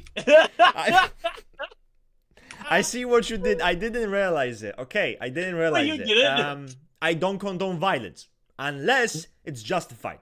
Which, when I do it, it always is, right? No, but I'm joking, guys. It's a joke. But I didn't even think of that. That's so crazy. That didn't cross my mind. I'm just thinking, if I made a threat against someone's life, it would be genuine, you know. It would be like serious. It would be wrong to hurt others. It's literally just, I would do it right. The thing, you know, the problem is hurting other people. I think hurting other people isn't necessarily wrong. And this is, you cannot misunderstand this, because when you hurt someone else, it might be to protect someone else. You know, what if you are hurting someone because this person was abusing a child, or maybe this person was just a vindictive fucking cunt, you know, and you hurt them? Why? I don't see why is that a bad thing, you know? If they're a piece of shit and they are causing harm to people, in a sense they should be hurt, you know, and in a sense they should be hurt physically, you know, because what are you gonna do? Like, you're gonna like say bad things to them? No, I do believe you should make them you should cause pain to them, because and people always tell me, right, like those fucking sick people who those criminals, but the criminals who like do horrible things, abuse children and do those horrible things, and people always tell me don't step to their level where you'll do like bad things to them, just like they did to other people, hurt other people. And I'm thinking, I mean, even thinking like don't step to their level is such a weird thinking process. This person does not respond to fear. This person does not respond to begging. This person does not respond to kindness. They only respond to one thing only, which is violence and force. This is the universal language they all will know. Because if you make them suffer, they will squeal, and that's kind of how this works. So, in my opinion, viciousness and violence, it's like it's like having a weapon, right? Is having a weapon a bad thing? Well, no. When you have a weapon to defend your family and to maybe home invasion, to protect yourself from home invasion, that's a good thing. So it just depends how you utilize violence and how you utilize aggression. That's all. I don't think it's inherently fucking bad. Because say the same thing when someone's attacking you viciously, and other people will not help you by attacking them back. They're gonna stand there, and you will get damaged. You're gonna land in hospital. In that period, you wish someone utilized violence to help you. That's why I think. Yeah. So all we're really saying in Typology Odyssey is this: utilize violence responsibly. Literally, responsibly. I'm not a violent person at all. I don't have like, I'm gonna stop beating people up because I'm upset or I'm angry. Like, I'm not a violent person at all. Does that mean I'm not capable of it? No, but I believe everyone should be capable of it. Literally, it is the most basic sense of self-preservation. If something happens in the world, you should be ready to do it. So if something pops off, I'm okay with it, But it doesn't mean I'm gonna start feeling like an itch and like an impulse to hurt people. It's ridiculous, That's bad. That's also bad. And just to take it all the way home, just because you follow all the laws and rules of your land does not make you a good person by default. Can you repeat it again? If you're someone who follows all the laws and rules of the land that you live in, that doesn't default. That is by default, you're not automatically a good person because you do that. I mean, it kind of reminds me of those religious people who preach the right things and then practice adultery or lying to people and scamming people and being just nasty to people. That's why I just lost hope in humanity. I didn't lose hope, but I felt like growing up, I just thought it's all bullshit, because everyone's hiding under this like, yeah, but we're following laws and we're good and we're religious. And that's my thing. If you're a cunt, right, at least tell me that you're not religious or you don't believe in laws, because then at least you're being real with me, Yes, you don't give a shit about any religion or any laws. You don't give a fuck. You're doing your own thing. Makes sense. But hiding behind organizations, institutions, principles which we don't have, and then kind of then going around and betraying your neighbor or treating your family in a nasty way, what good is your religion? What good are your principles? What good is the law? You don't do shit. You don't do anything. Okay?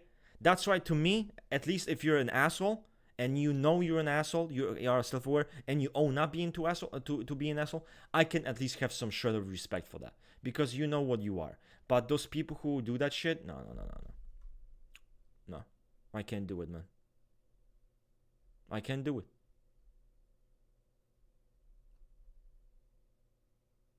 Real talk. Oh my god. Kami, did you ask me this question? Come on. Are Enneagram 7s capable of... I can answer this. No, Russ. Let me handle this. Ask Ring. As a social 7, I'll say that I don't remember the last time I've ever loved anyone.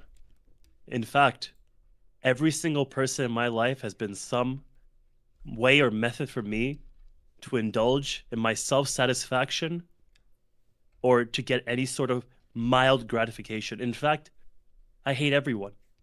Every single person is a pawn on my chessboard of the world.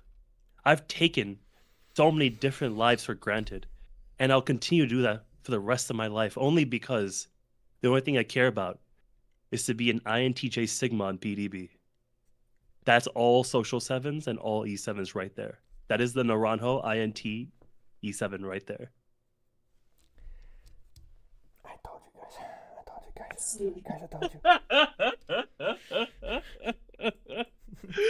What the fuck are these questions? No, Kami, with love though towards you. Listen, we're just having fun with the questions. Don't worry about. We're just having fun with the questions. Kami, we love you, okay? He can't. No, he can't love you. He's an Enneagram 7. Kami, I love you. Chill. He can't love you, Kami. Don't delude yourself. I know you're asking because you probably have a boyfriend. And you use Enneagram as a dating tool, which I respect the fucking grind. I respect the grind. So in this case, I understand why you're worried, you know. He's flighty, he's avoidant. He's scared of commitment. He spends 12 hours on Marvel Rivals. He's talking about himself. He's talking about himself, guys. 12 hours. 12 hours. Shit the fuck. You're not fucking spending 12 hours in Marvel's Rivals. Like, it's not that bad. It's actually not that bad. Oh, that was a fun. Thank you, Kami. Kami. I hope your relationship, though, is going well. My advice to you, obviously, when you see men who are afraid of commitment and they seem weird emotionally, avoid that shit, you know. It's not worth it. It's not worth it. You're gonna get your fucking feelings hurt. Trust me. What can you say about Enneagram 8 to designify it? Enneagram 8 is not this, like, stoic, oh my god, nothing hurts me guy who's just, like, so fucking Sigma. Like, he's just so cool. He's unreactive. Like, he's there. Nothing phases him. In fact, it's a very reactive person who is a hypocrite. To be honest with you, is a very hypocritical person who criticizes people, you know, acts in a harsh way towards them. But when people act harsh towards them, they're like, what the fuck? I will decapitate you now. This doesn't work, right? So it's a hypocritical person. You should not want to be this way. In fact, you should try to change your type. Seriously, you should try to change your type. It's fucking cursed. They're just cringe. And literally, by the way, according to Nara, they literally will sulk and throw tantrums, okay, when their neurotic need is not respected. I'm not even joking. That's kind of how he said it. They will literally do that. So this type is not Sigma. This type is not mature. It's adult. It's a guy who never grew up. It's a guy, when you look at him, he's 40. The guy actually he acts like he's 18. Okay. So, and a lot of posturing with the Enneagram 8, a lot of like, oh yeah, look at me, exhibitionism, narcissism, I'm so big, I'm so bad. If you think this is not cringe, I don't know what to tell you. This type is cringe, okay, guys, clip this. Enneagram 8 is fucking cringe. And if you actually think Enneagram 8 is such a cool, it's like a pride, meaning like, for someone to be typed Enneagram 8, they have to be cool and you have to like them. Because if they're not cool and they're kind of cringe, they're not going to be Enneagram 8. Because Enneagram 8 is fucking cool. If you are this way, you got brainwashed by the 8s who try to make you think that they're not cringe. I'm here to tell you, we are cringe. That's the whole point of Enneagram. We're all cringe. Everyone's fucking cringe. If you think E8, you want to designify this is E8, one of the most cringe types. You're looking at a person who has made it their life's mission to tell you, I'm gonna do whatever I want and you can't stop me. Yeah. It's a toddler. It's a fucking toddler. Oh my god. That's all that they do. I don't listen to anybody. You can't control me. Fuck institutions. I don't like it. Like, dude, it's a toddler. You're obsessed about toddlers. You're not me now. Oh my, I can't believe it, bro. Bro, please. Oh my god. Fucking Enneagram 8 from all the types. Oh my god.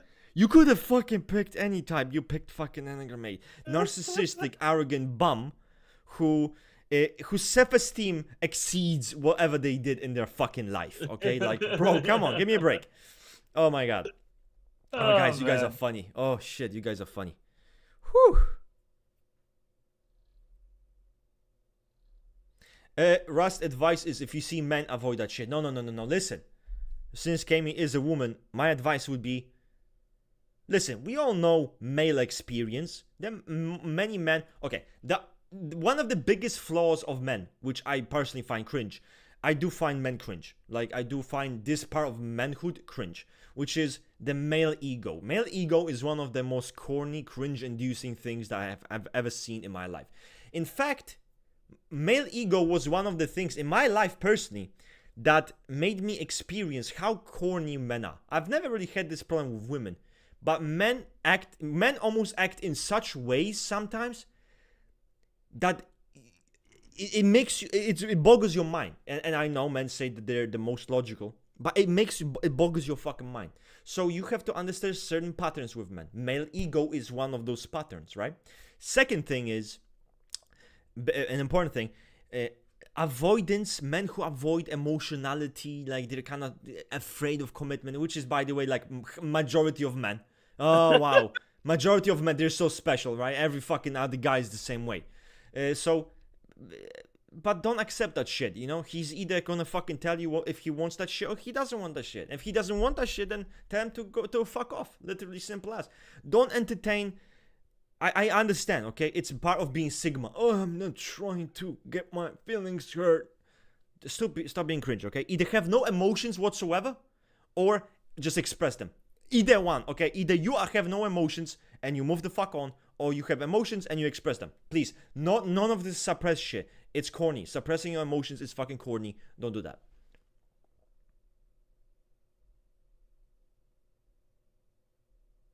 I love it when, like, I don't think I've seen anyone in chat do this, but like when you give like valid criticisms on like men, it's always like, you're virtue signaling. You just want to get like props with women. You want to seem like a feminist, you know? And it's just like, listen, bro, I'm one of the people who criticizes. I have no mercy for any gender. I have zero mercy for men and women. Zero. Like everyone who knows me knows this. There's no, I feel empathy for fucking for this gender, that gender. I don't give a fuck. If I see a woman doing something and she's fucking, I see women acting for fucking attention and other shit, I call it out. That's not a problem to me. Women have their own issues, right?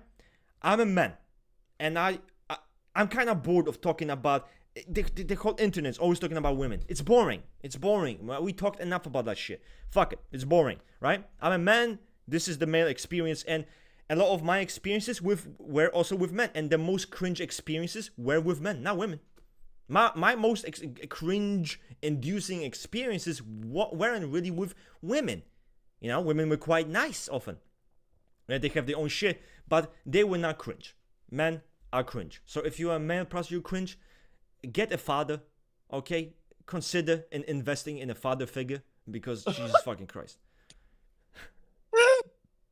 Oh my god. All right, back to Enneagram. Let's get Enneagram, okay? Got fatherless children, come on.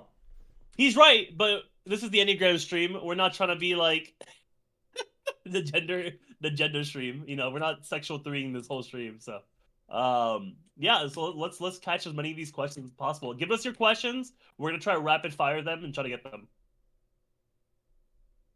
To be honest, I just wanted to rant. I just like ranting. Like I don't. That's why we have this podcast, right? Like to me, like you talk about McDonald's. I want to rant. I just want to rant, and if this is the case, that's what I'm gonna rant about.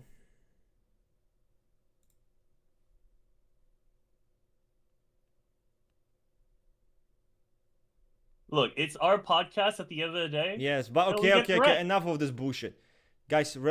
Just remember when you watch me, just know this. I just like to rant, literally.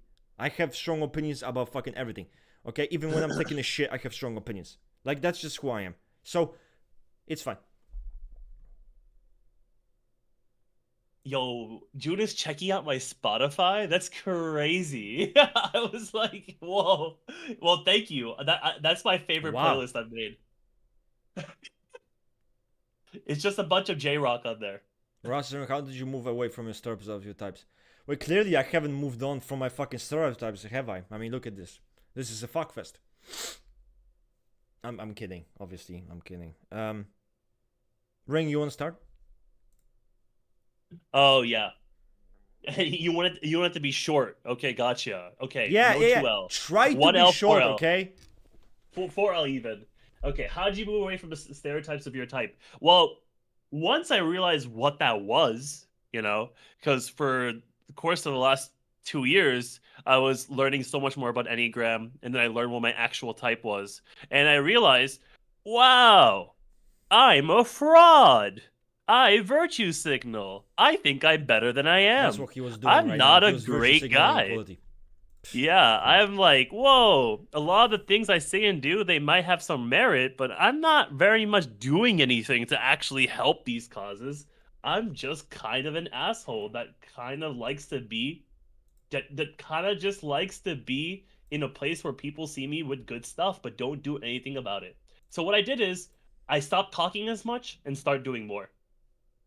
And that's exactly what you can do for at least an E7 to a social 7. Stop talking, stop yapping, stop Yep. planning.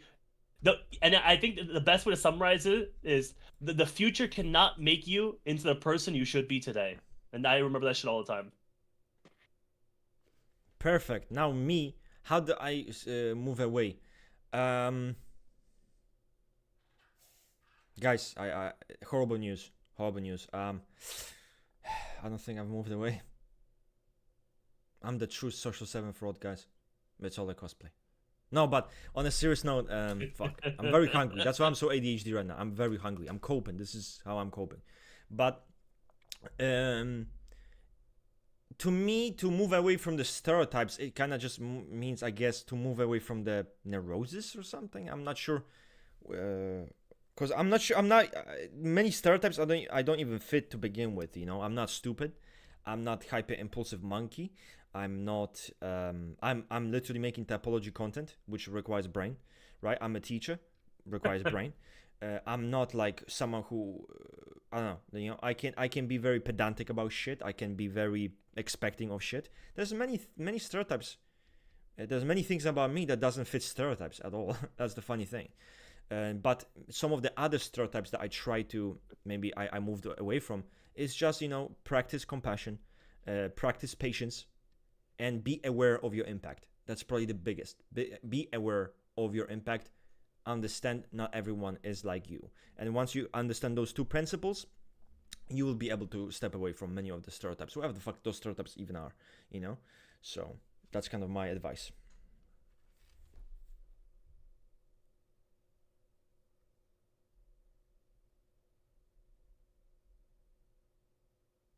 Eat chicken. Well, I'm not gonna eat chicken now. You know,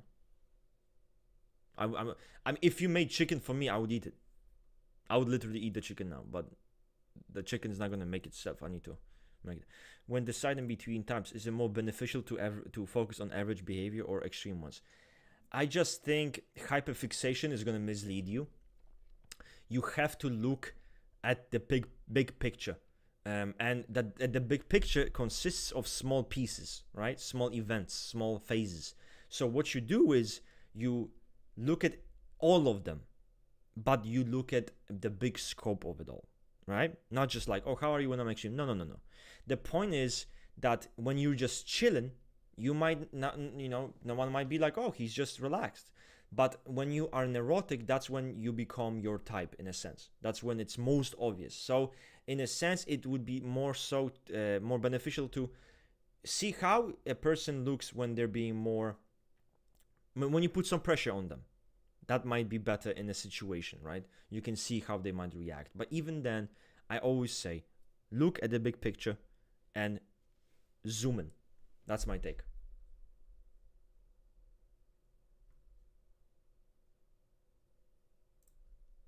Rain? Yes. Bro, you're so quiet, bro. Oh no, I was just like thinking about what you were saying because you said something very particular. Because I was gonna answer the question differently, but I think I was like, I don't think it was the right way. I was gonna say, well, you gotta think about yourself in those dark times, and what really was driving you. Because everyone at like at a healthier place looks like people. They look like everybody else. But now thinking about it, I like what you said better. You said, let's look at it from a big picture and don't get caught up in the details. And I think that makes a lot of sense because now you are looking at yourself at a medium level of Yes. healthy, maybe a really Yep. unhealthy level, maybe Yep. like just Yep. simple things that annoy you, like when you go to the grocery store and you're just like, a lot of times and I love talking about this because people don't like to talk about this with social seven. I'm conflict avoidant in like a very neurotic way. Like some people would even call me an aggressive person, but like in those situations, so like if someone gets like, if something was like a 9.99 like grocery item, but it was actually like they charged me $12, I know I'm right completely, but just that feeling of that situation gets me anxious. Like I gotta tell them that that's wrong. I have to be in a conflicting situation with them. That actually stresses me out. And I think that in those small moments, you can find your Enneagram typing as well in those little things as well. So I really like what you said. Look at the big picture. Yeah, that's because I mean we all. Why did we mistype oftentimes? Why do we struggle with typings? Probably because we fixated on the details. Yeah. I mean, I typed myself to sexual 8 because I looked at certain specific things that I did, which when I was more extreme, and I thought, well, that must be a sexual 8. But instead, that's Enneagram 8. That's just Enneagram 8. Same shit. You need to look at the big picture. However, I'm 29. Okay, let me go back the memory lane. Let me look when I was 16, 15, 14. How do I see the progression? 18, 19, 20, 20. How was I like? And you see the pattern, That's why sometimes people who have diaries, you have your journals. When you have your journals, that's very beneficial. Very beneficial because you will write your thoughts and your feelings.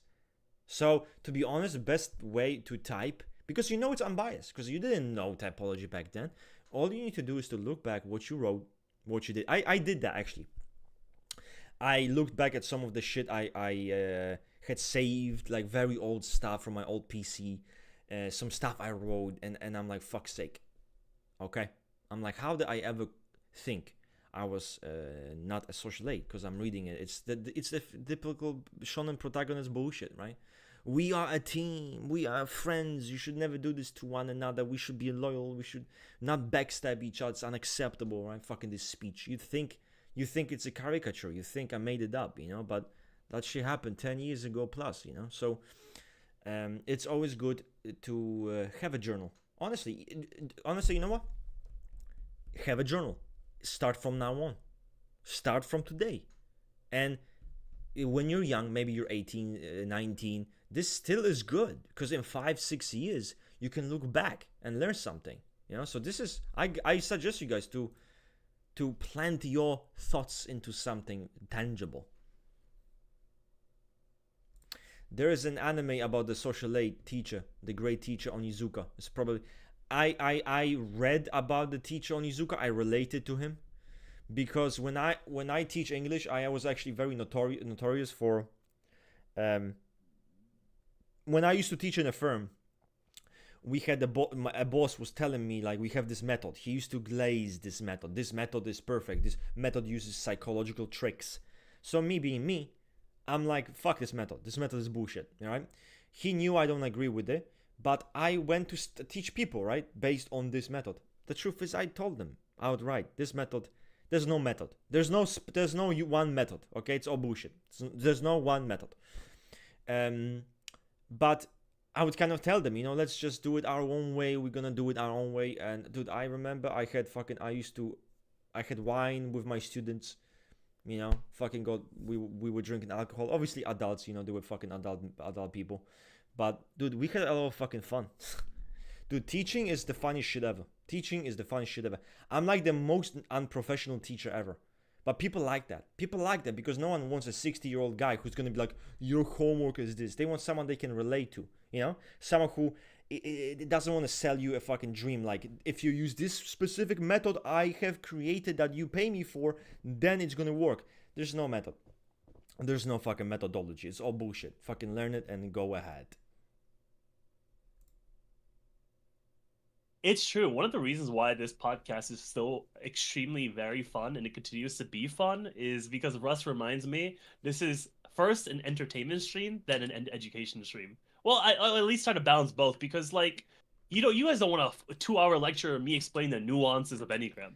Well, we lose you guys. No, but no one. The reason why we have 50 viewers, the reason why people watch is not just because you're smart, or just because I'm smart, or just because what. They watch this because it's entertaining. They watch it because it's interesting. That's the reality of the situation, and it is present in everything. If entertainment is everywhere, people like to make it into something bad. Oh, it's not education, it's entertainment. Just tell me you're a fucking bot and you have no charisma. I will accept that, but don't tell me shun fucking entertainment. Entertainment is necessary. Entertainment is crucial because entertainment will be able to it's an allure. It's gonna fucking pull people in, and then they can listen to your thoughts. And sometimes, bro, I don't want to be a geek. I just want to have fun, and I want to, go on a rant and have fun with it. Jesus Christ, where are we, professors? I'm telling you, my social one takes, they were not unfounded. People don't know. They see me as silly, goofy, quirky. I could literally rant about some technical thing for like an hour straight. This guy's a tryhard, guys. Don't be misled. He's a tryhard. He swears. I would, I actually pull back. I'm like, man, this must be getting boring. We might be losing people. Yeah, so I'm trying to bring it back. Worried. You need to relax, bro. Like, listen, we're gonna have fun with the stream, regardless. Fuck, I don't really care. I don't really care. Regardless, we're gonna have fun with the stream. And if we lose people, I guess see you. Yo, based. Yo, based. You worry too much, my friend. You worry too much. It's my wing 6 of my 7, bro. Yeah, but you want people. You want to fix if something, when you feel you see something is going wrong, you want to fix it. You perceive it as something that can be fixed, and you should fix Problem solving. Yeah, but who's to say it's a problem, and who's to say we should fix it? Like, I think I'll tell you this. I had people come to me in my comment section saying you shouldn't swear. If you swearing turns me off.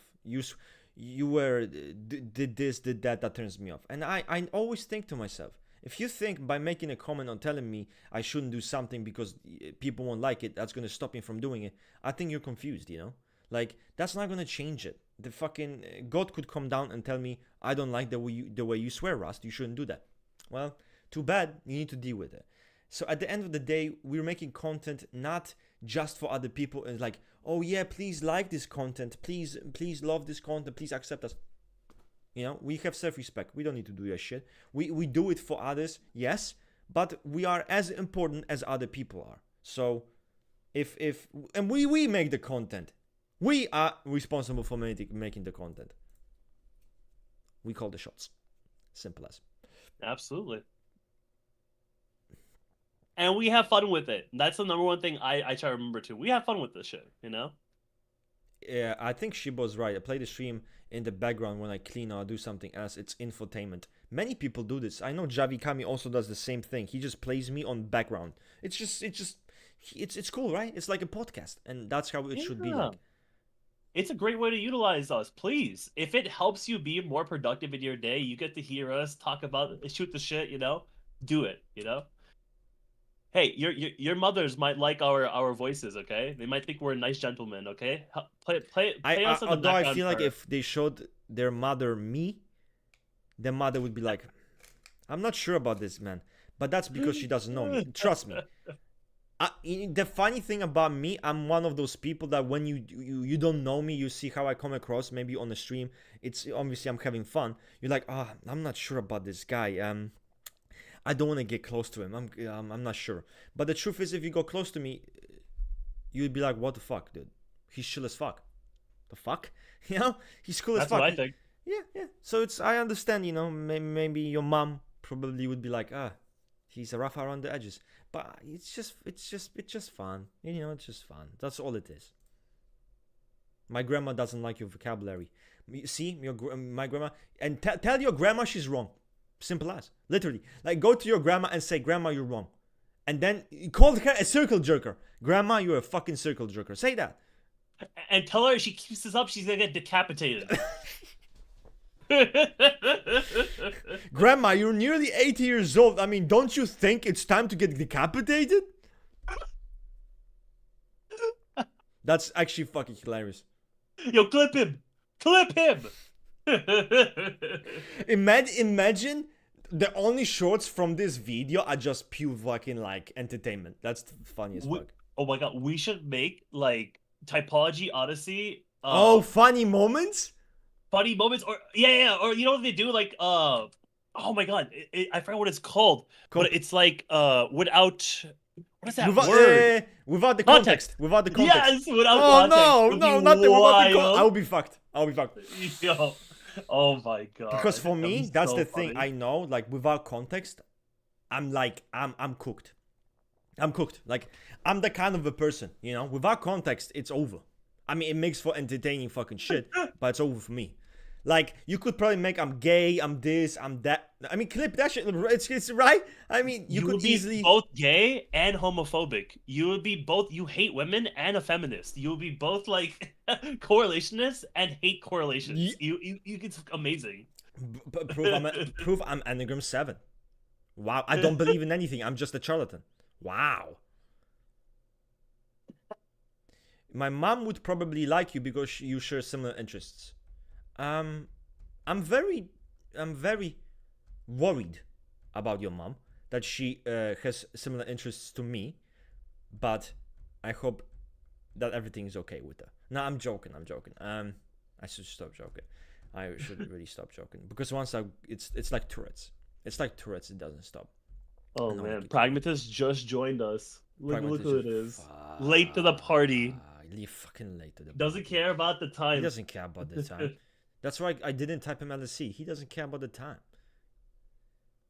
Oh man. You guys are funny. I have a question about the sexual 3. Would an erotic need to be perfectly portray masculinity be related to any in some way? Oh my god. No, man. Please. No. The answers will don't. How do I? This is gonna.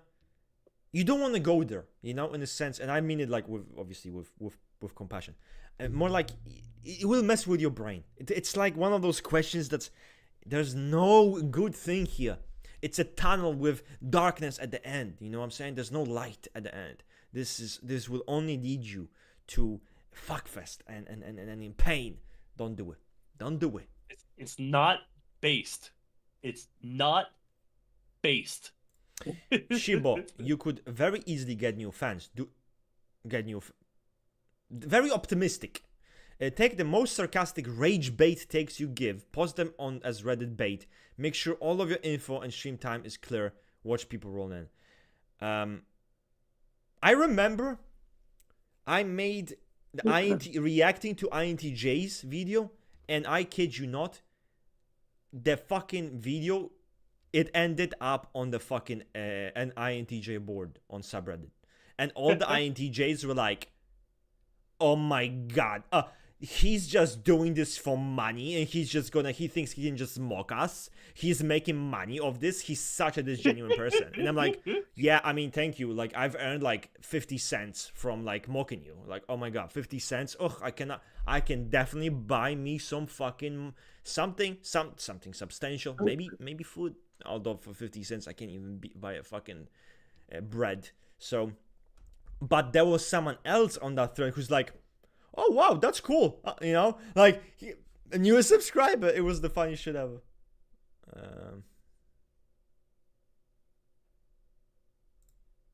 I'm curious if the sexual 5 idealization can fixate on something other than it. Yes, it should.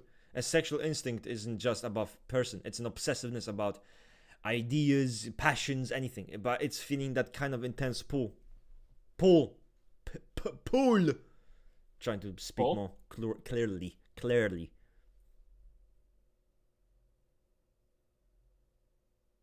Ring, what you waiting for? Oh, I don't know. I thought you answered that pretty well. I Oh. would say that their confusion comes from like, the neurotic fixation of a sexual 5 is to create the cave in the other in which they've idealized into some, standard that no one can really live up to. But that doesn't necessarily mean because it's not part of the neurotic fixation that they can't idealize things. In fact, I think I've noticed that sexual 5s idealize ideas, concepts, characters, especially characters that remind them of them a lot too. I'm just like this guy. So that's also something that I would see a lot of sexual 5s do. So it's not, it's tangentially connected to the neurotic fixation. Make your own fans float the votes, argue back, and no. See, the thing is, I could easily do this. Like, if I really wanted to, it would have been mass decapitation. What if we made our own Rusted Nation subreddit and then we took over subreddit, the Enneagram subreddit? That's good. Oh, guys, I'm sorry. But on a serious note, I wouldn't want to do that because it just feels, for me, if he's wrong. I don't know why. If he's wrong. Because it's like it's a cheap tactic. Oh, I'm gonna send my fans to float the upvotes and argue back, and I'm gonna be on the top. I don't want to do that, you know? I don't want to do that. I don't know. It feels wrong to me. I don't know why. It just feels kind of gross. Rust, is it common for all gamma quadrotypes to cuss too much? It's unrelated, you know? Your hilariousness brings me money. You should be proud of yourself. Huh. What does he mean by that? My hilariousness brings him money? I'm suspect. Oshwell relates any to cultural values inherited as i.e. description. Yes, I know. Yes, internal fucking content, cultural values. But what are we gonna do? Are we now gonna be like, well, Oshwell related to an E, so now fucking sexual 3 is the EII? Like, really? Like, that's why I said it's pointless, because it's nitpicking shit, you know? Like, that's why correlations sometimes suck. Flip him.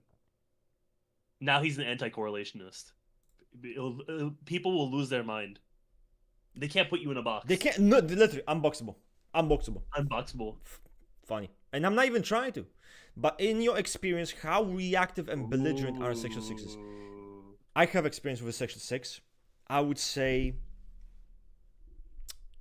I had many battles with this individual. He's my dear friend.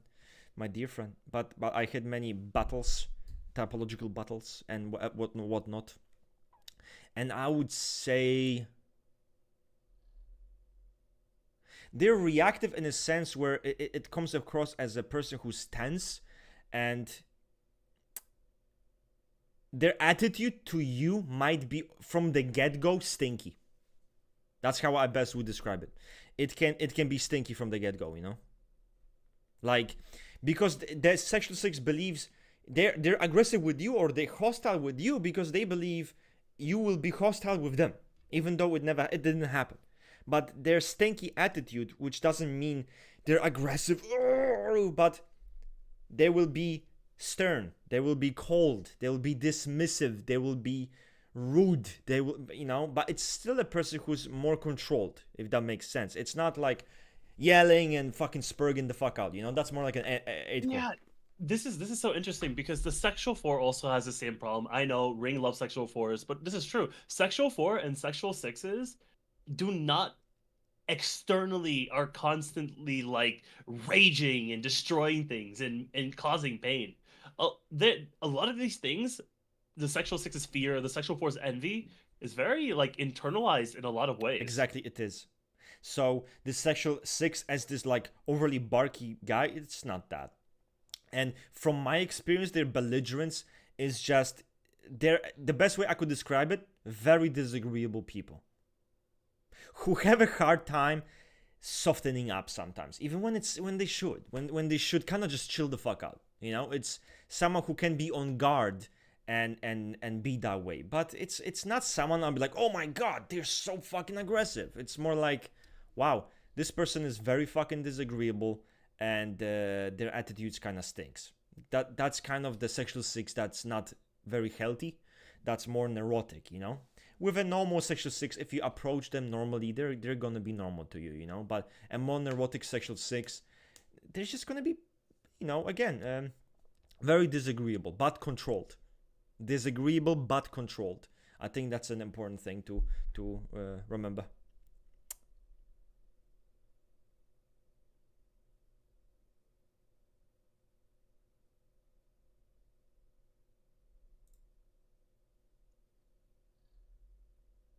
Hey, there is a YouTube channel, I've seen this, Local Script Man, that uses Enneagram to help with writing stories. Do you reckon you'd use it writing your story as well? I'm not a story writer, you know, so that's not gonna happen. And I've seen this channel and I supported what it's doing. Like, I like the idea, and I do admit I got a bit triggered sometimes because the person would mistype heavily. Not always, but sometimes really badly. For example, saying Daemon Targaryen for fucking House of the Dragon is Enneagram 7. Like, that's the level of mistyping sometimes. But he's not the worst. And the Mantis is Enneagram 3. The Mantis, which is a complete fucking psycho from Furiosa Mad Max. Like a degenerate fucking impulsive, lustful guy. Enneagram 3. Because he's this like, look at me, I'm the fucking best, I'm the great Dementors, you know? So I was a bit disappointed when I saw that. But no one's perfect. No one's perfect. His quality of videos is amazing though. His quality of the videos is impeccable. Like, you know, he might not be the best in knowledge, but he's the best in production. He's the best in production. It's insane. And personally, I like it when people use Enneagram more than they use MBTI to write stories. For sure. Because you can see it. You could definitely see. I've seen some people say it. Oh, I use MBTI to write my stories, and you just see it. But Enneagram, it almost forces you to have a more nuanced character. You know, so I really like that.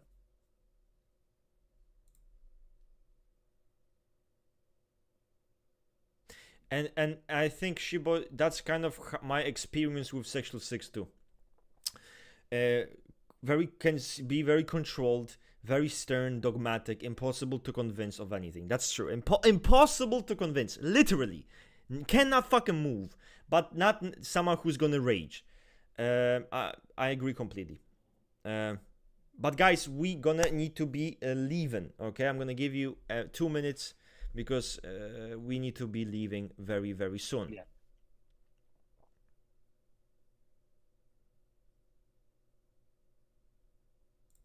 Your Rust unbanned me from your Discord. I was speaking to one of your mods and admins and I got banned. I'll say this. If you got banned when you were talking to one of the admins, you must have done something really fucking wrong. You know? Because they generally don't ban people for no reason. They ban people who either are new and they're trolls, or second, someone who really fucked up.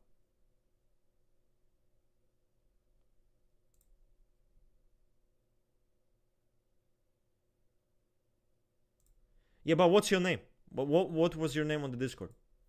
Anyway, it doesn't fucking matter.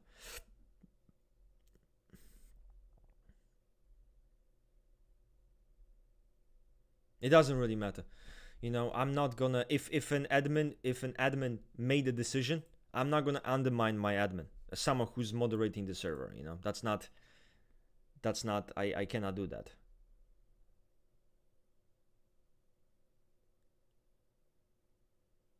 Monkey Defiant.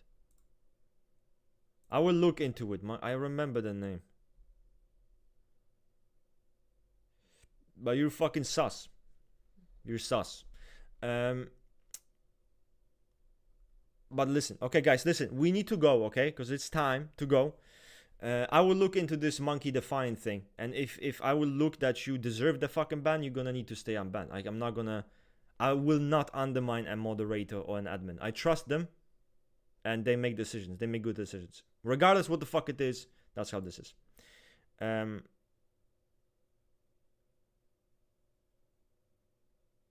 Okay.